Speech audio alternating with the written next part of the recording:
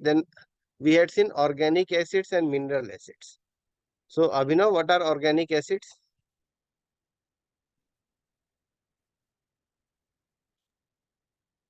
What are organic acids? Abhinav, are you there? Sir, which are from like biotic components? Acids which are formed from living organisms.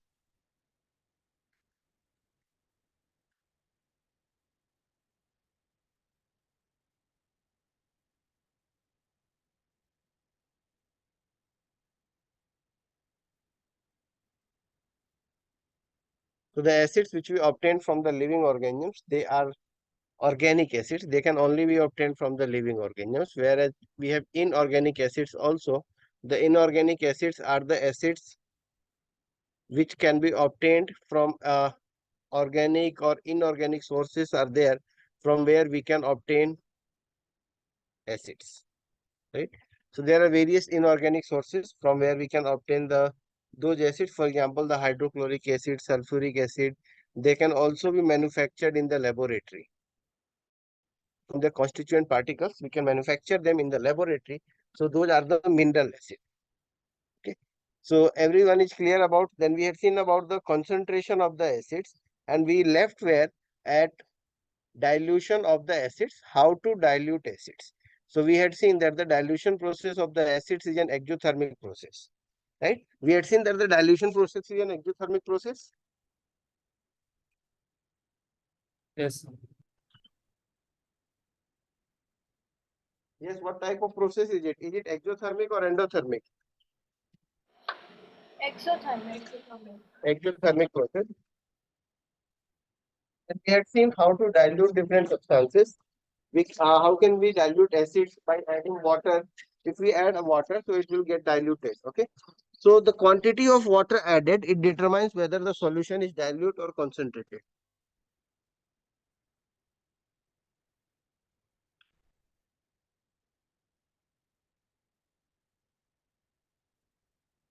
We see the dilute and concentrated acids. Now, how can we dilute acids? So as we see that dilution process is an exothermic process and a lot of heat will be generated at once. So when we have a lot of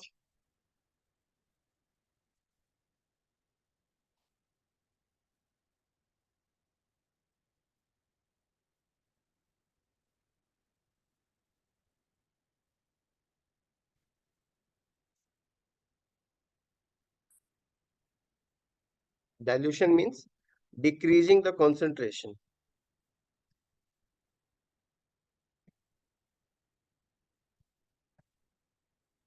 of acids or bases. So the method how we dilute it, since it is an exothermic process, so we need to add small amounts of water and acid. We need to mix small amounts of water and acid with each other.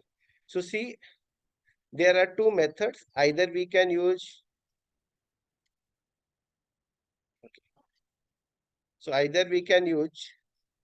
first we can take acid in a container and then add water to it. The other way is that you can take water in a container and then add acid to it. So which of the two will be a better one? How do we perform the dilution process? Do we add water to acid or acid to water? So here in this first one, I have taken here acid. Whatever acid is to be taken, I have taken. And now from here, from the top, I am adding water. In the second case, here I have water in the solution. And now I add some acid in it. So which method will be correct? Are both the methods equivalent? Can I use any one of them?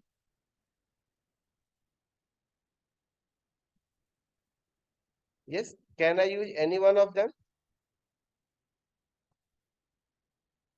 Dhriti, Ionija, which method shall I use? So the second one. Okay. So if you know, you should continue speaking. So for the second method we will be using, that is adding of acid to water. Why? Any reason? So Anuja, any reason? Why? Why the first method is not correct and second method is correct?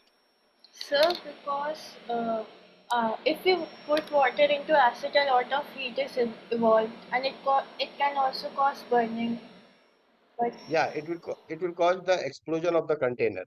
It will release a lot of heat, so it will cause the explosion of the container. In the second one, we have water. So Dhriti, what effect is brought about by water? the more amount of heat will be generated. Yes, what happened? So if we add water to acid, then more amount of heat will be generated. Okay, so here small amounts of heat is generated, but the problem is what you have to do here. You can't add all of the acid at once. You have to add small amounts of acid. Add acid here drop by drop and use a stirrer. So keep a stirrer over here and keep on stirring the acid. Whatever acid is there, you have to keep on stirring the acid in water so that the amount of heat that is generated, it gets dissipated to the surroundings. Okay, so this is the correct method of the dilution process. Here, whatever heat, in both the cases, uh, heat will be generated. But in the second case, there will be, if you add a small amount of acid, so small amount of heat will be generated, and hence whatever heat is generated, that will be absorbed by the water molecules. And if you keep on stirring, so it will be distributed everywhere. Okay, so this method of dilution is preferred. This is how we dilute the acids or bases. Now we will see the strength of acids, or let's say first testing of the acids, how we can test acids and bases. So as you are already aware, we can test acids by different methods.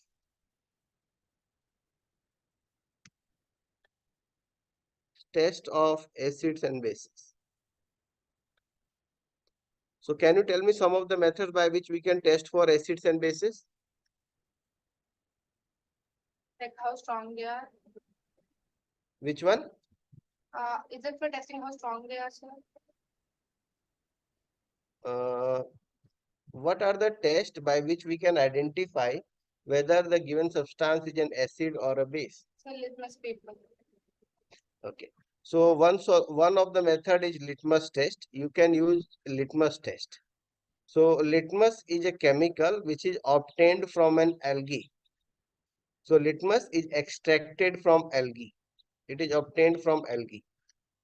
Different types of litmus. The two types of litmus, that is the red litmus and the blue litmus, they are extracted from the algae. Sorry, not algae, it's lichens, which is an association of the algae. So litmus.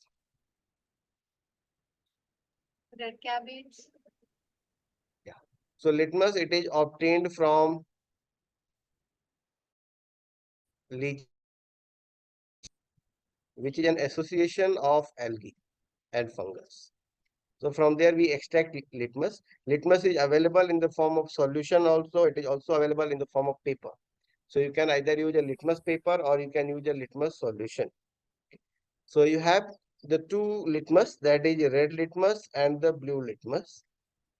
Now for testing, you can remember ABR, AB. So acids turn blue, litmus red.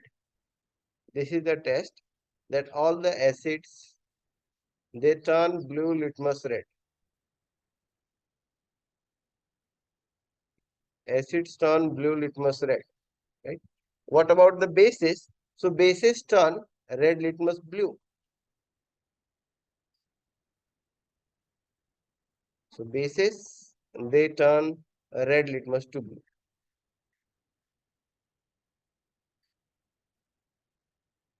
Now, here some questions we'll discuss about the litmus test also. So as we have seen that if you have an acid and if you add blue litmus to it, so blue litmus will change to red color. Will there be any effect if you add red litmus to acid? No. Yes. Will there be any effect if you add red litmus to the acid? Yes, Kashvi, No, will sir, there it be will any stay the effect? same. What will happen? It will stay the same. Okay, it will remain the same. There won't be any change in the litmus paper. So in the acids, if you have any acid, it will turn blue litmus to red, and it cannot turn red litmus to blue. Okay. Now, can I reuse a litmus paper? No. Suppose I have here an acid, I have a base. Okay. So I have acid and here I have base. Suppose here I used the blue litmus and I took that blue litmus in the acid, so it turned to be red. Now, can I use this red litmus paper and dip it in the base? And again, will I get the blue color? Yes, Pranaya, can I do that? Sir, dipping blue litmus in a base. I have used a blue litmus paper in the acid, which turns to be red. Now I take the that litmus paper and again dip it in the base. Sir, it will turn blue again. It will turn blue again? Yes, sir. Yes. It will turn blue again. The reason being whatever acid was there, the acid will be neutralized by the base. Okay. So if acid is neutralized by the base, so it will again turn red. Right. So you can reuse the litmus paper. A blue litmus paper can be turned to the red, and red litmus paper, if dipped in base, so it will turn to again blue. You will again get here a blue litmus. So this was about the litmus test. Then there are some other tests also. For example, you have the turmeric test. So the turmeric test is used for Kashmir. For which substances we use the turmeric test? Acids or bases? Sir, acids, No. Turmeric both. test is used only for the bases. Only bases show the turmeric test. Acids do not show the turmeric test. So when bases are added to turmeric, or when turmeric is added to a base, so the base it turns red. Base, and in the base if you add turmeric, so your turmeric will turn red in color. You will get finally a red color. So turmeric test. You can't use this test for the acids. Acids will not show this test. Neutral substances will also not show this test. Then you have the red cabbage test.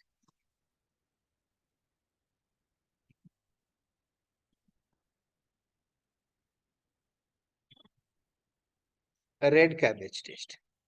So you have the red cabbage test. You have phenolphthalein test.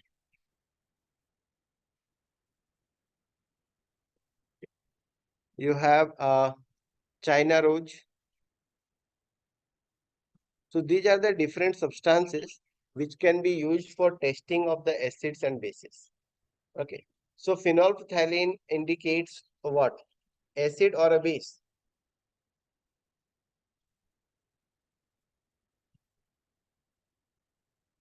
Yes. Which substance can be tested by use of the phenolphthalein? Or phenolphthalein, it is colorless, and if it finds an acid, so phenolphthalein changes to red color in presence of an acid. Purple red. It will change to purple red in presence of an acid. Red cabbage and China rose, they are the basic indicators. They show test for the bases. There will be discoloration of the solution of a China rose when added to a base, and also a discoloration of the color when the base is added to the red cabbage. So apart from all these tests, there are some other tests which can be used even if a person is blind. So can you tell me, how will a blind person test for an acid or a base? Olfactory. Olfactory indicators. Okay, so what are the olfactory indicators? Onions. Onion, vanilla essence. Okay, olfactory indicators, you have onion and vanilla essence. Sir, also clove, right? Yeah, Clove, can clove be used? you're not audible. Can you speak up clearly? Sir, can clove be used? Again, you're not audible. Sir, I'm asking if clove can be used. Puke. Yes, sir. I didn't get puke. Sir, she's Cloves, saying sir. cloves. Can you type again? I'm not hearing that clearly. If you can type in the message or the chat section. So vanilla and onion, they are the olfactory indicators. Okay, cloves. Yes, cloves can also be used. Yeah, cloves can be used. Vanilla, onion, cloves, they are the olfactory indicators, right? So cloves, onions. Onions are used for which substances? Acids or bases?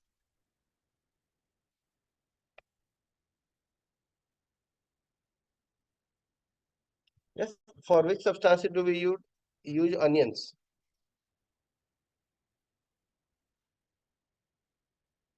Acid or base? Onions, they are used for basic indicators. Their smell will vanish if they are added to the bases. Okay. Vanilla essence, it is an acidic indicator. Cloves is a basic indicator. So cloves is an acidic indicator. Got it. So you have the different indicators. For example, you also have the olfactory indicators. You have visual indicators, which can be used for the testing of acids and bases. Now let us see the strength of an acid, how we can determine the strength of an acid. Before that, I will also see some of the questions.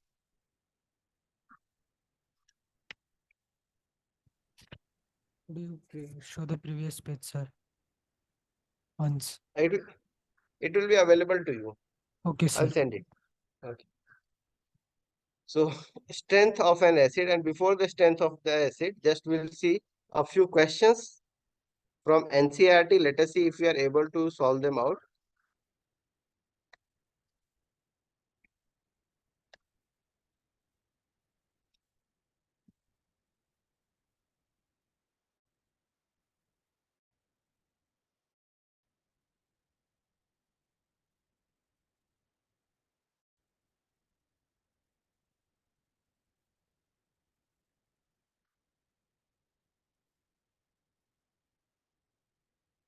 We'll see some questions here from NCERT and then we'll move further.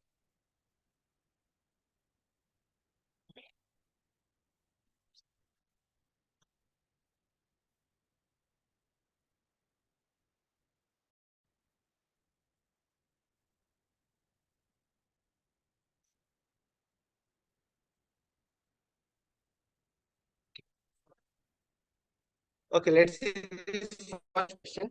You have been provided with 3 test tubes. One of them contains distilled water and other 2 contain an acidic and a basic solution respectively. If you are given only a red litmus paper, how will you identify the contents of each test tube? So Kashmi, how will we identify the contents of each test tube?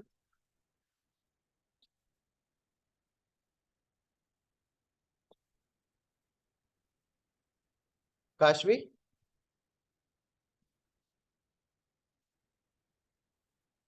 Aryan? Yes, sir. Yeah, how can we identify the 3 substances? Sir. See, you have been given 3 test tubes. One of them contains distilled water, the other 2 contain an acid and a base. So how we will identify them? That Sir, which one is the acid and which one is the base and Sir, which we'll is the distilled put- water. Sir, we'll put that red litmus paper in every solution, Mhm. sir. First, distilled water, it will not be detected, no, sir. It is neutral. Yeah, Then for acidic, no, sir. yeah, Then it will not change. okay. Then And for basic basic, will it will change. change, no, sir. Yeah. Then we can again put it in those two other solutions, sir, Sir. and then we can detect, sir. Okay, very good. So very good here. Thank you, sir. We'll put the red litmus paper. We'll try the red litmus paper in through all of them. The test tube where it changes to blue litmus, that will be the base, and we'll remove that and then again put that blue litmus paper in the other two solutions. Now where it again changes back to the red litmus paper, that will be the acid, and where it doesn't change, that will be the distilled water. Okay. So understanding, next topic is understanding the chemical properties of acids and bases. Okay, so how do acids and bases react with metals? So what happens to an acid or a base when they react with a metal? So you can take any metal and let's see how do the acids and bases react with metals.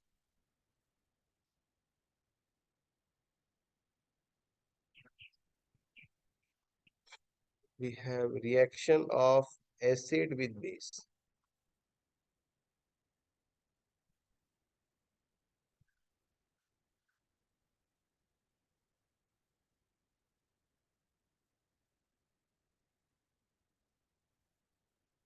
Acid with metals. So almost all acids, they react with metals to liberate hydrogen gas. So generally all the metals which are reactive than hydrogen, so those are the metals which can displace hydrogen. So all the metals which are reactive than hydrogen, they react with acids to form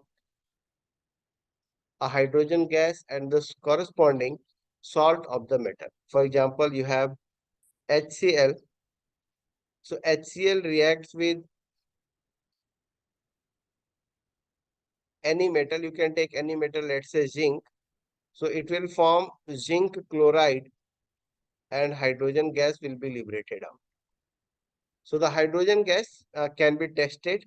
How can we test the hydrogen gas? Lime water.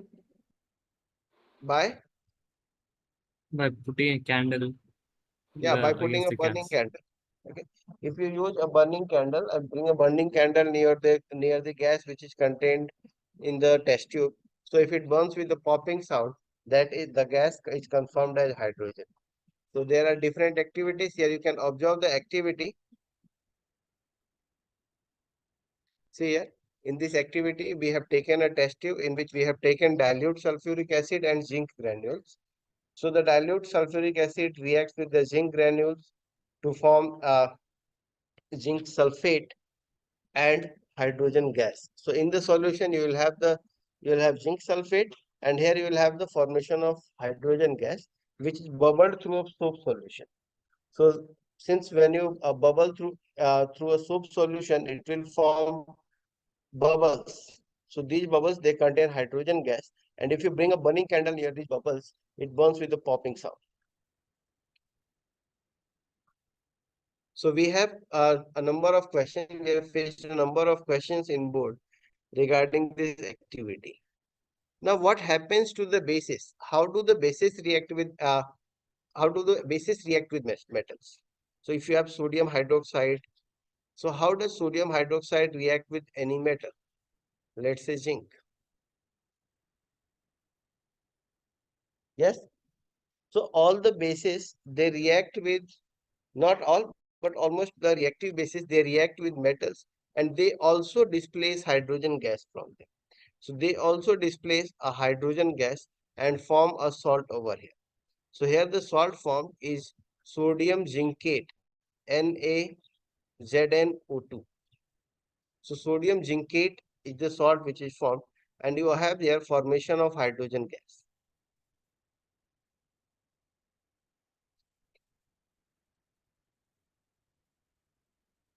So 2NaOH.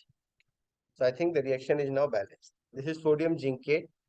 So hydrogen gas will be liberated when either acids or bases react with metals. Even when acids react with metals, and when bases reacts with metal, so they form hydrogen gas. They liberate hydrogen gas. Okay. I can see all the cameras are off and I can't see anyone's face.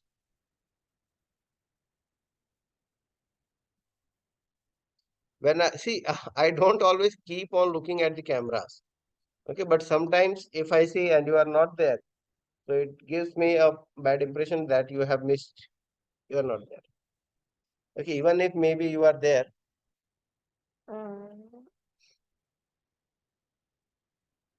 Yeah, Meher Charan. Meher Charan, are you there? Yes, sir. I have Okay, so network issues. I cannot turn on my camera. yeah. So just inform me that I have network issue or through the group, and also you are not responding anywhere. Okay. So Meher Charan, can you tell me which will there be any reaction between a base and a metal? Just like we observed a reaction of a acid with a metal. So is there any reaction of a base with a metal? Do bases react with metals?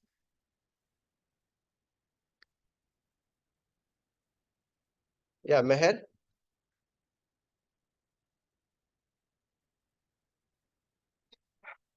Meher.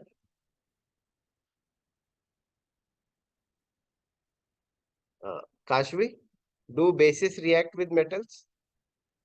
Yes, sir. Some bases do. Some bases do react with metals. And which gas is liberated out when bases react with metals? Hydrogen gas. Yes, hydrogen gas is liberated out when bases react with metals. Moksha, which gas is released when metals react with acids? Hydrogen gas, sir. Hydrogen gas. Can do all the metals release hydrogen gas when reacted with acids? No, sir. In some cases, they don't, sir. So can you guess any metal which doesn't react with acids to give hydrogen gas?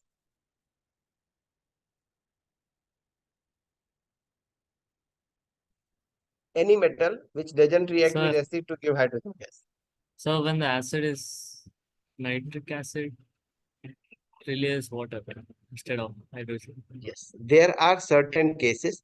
First of all, when you have nitric acid, the reason being nitric acid is the strong oxidizing agent.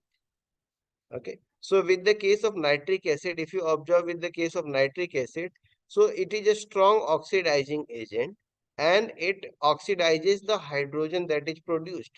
So it is being a strong oxidizing agent. It will oxidize the hydrogen that is produced. So hydrogen, whatever hydrogen is produced, this hydrogen will react with oxygen to form water. So if you use nitric acid, you are not going to get water. You are not going to get hydrogen gas. Other cases may be if your metal is non-reactive. If the metal is non-reactive or if the metal is less reactive than hydrogen. Okay. So generally for if the metals, those metals which are less reactive than hydrogen, they will not be liberating hydrogen gas. They cannot displace hydrogen from the acids. Okay. You can consider it to be somewhat a displacement reaction also. We can consider it to be the metal displacing the hydrogen. Got it? Understood this reaction of acids with metals and metals? Also the Yes, sir. reaction of bases with metals?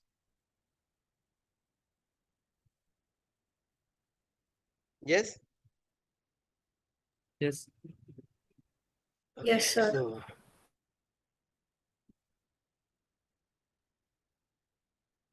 okay, so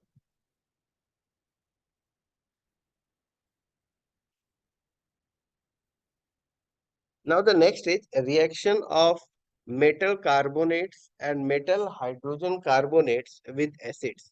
So what happens when metal carbonates react with acids? Reaction of metal carbonates.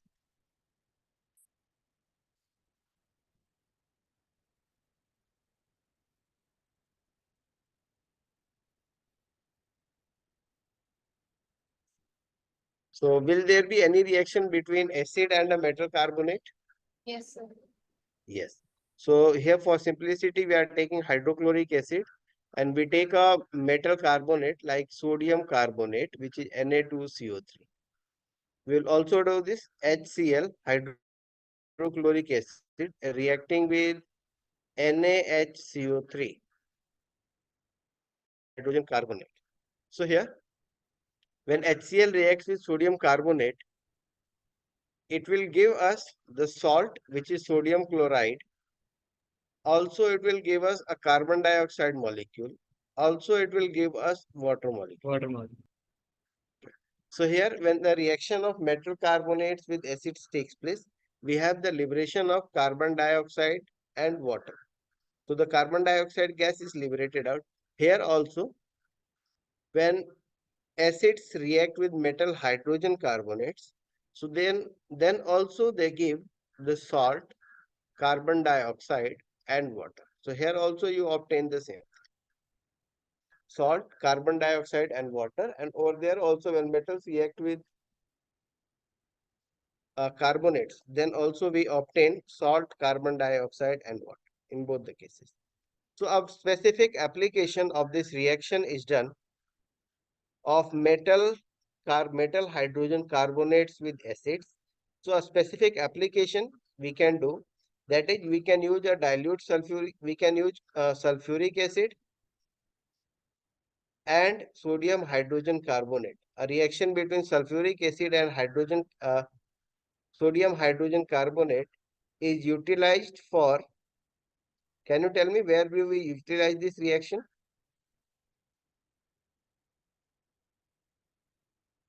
Any any place where we can utilize this reaction? Yes, this forms the basis for soda acid fire extinguisher. As we are getting here carbon dioxide gas, we are getting here water. So this sodium hydrogen carbonate. So this is your soda and you have sulfuric acid. So when they mixed up together, they form carbon dioxide gas, which can be used as a fire extinguisher. So this reaction mixture is used for soda acid fire extinguishers. So, what is Yes, NaHCO3 called? sodium Like sodium. hydrogen carbonate.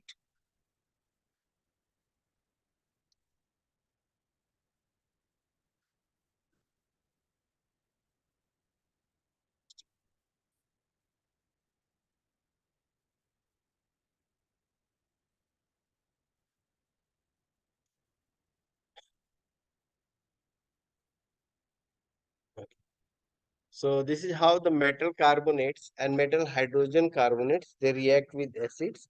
So all the metal carbonates or metal hydrogen carbonates, they react with acids to give carbon dioxide, water and the corresponding salt.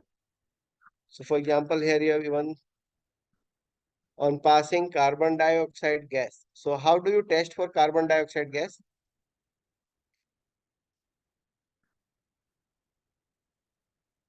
You pass it through lime water and it becomes milky. Yeah, pass the carbon dioxide through lime water, it becomes milky. If you pass carbon dioxide through lime water, it becomes milky, which is due to the formation of calcium carbonate. Okay. What happens if you pass excess of calcium carbonate? If you pass excess of carbon dioxide through the solution, It will not turn milky. it will again become colorless. Why? Can you tell me chemically what happens if you pass excess of carbon dioxide through the solution?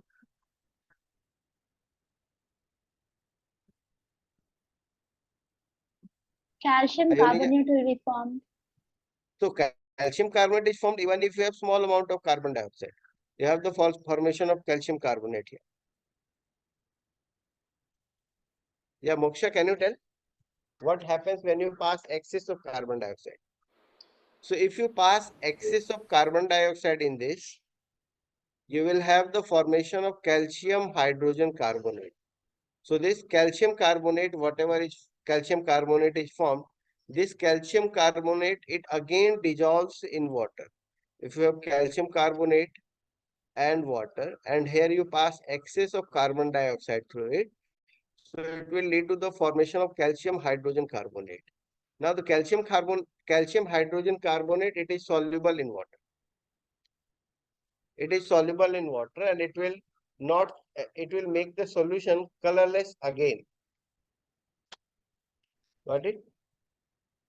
Okay, so by all of you, today we have seen about the reaction of acids with metals, reaction of acid with metal carbonates.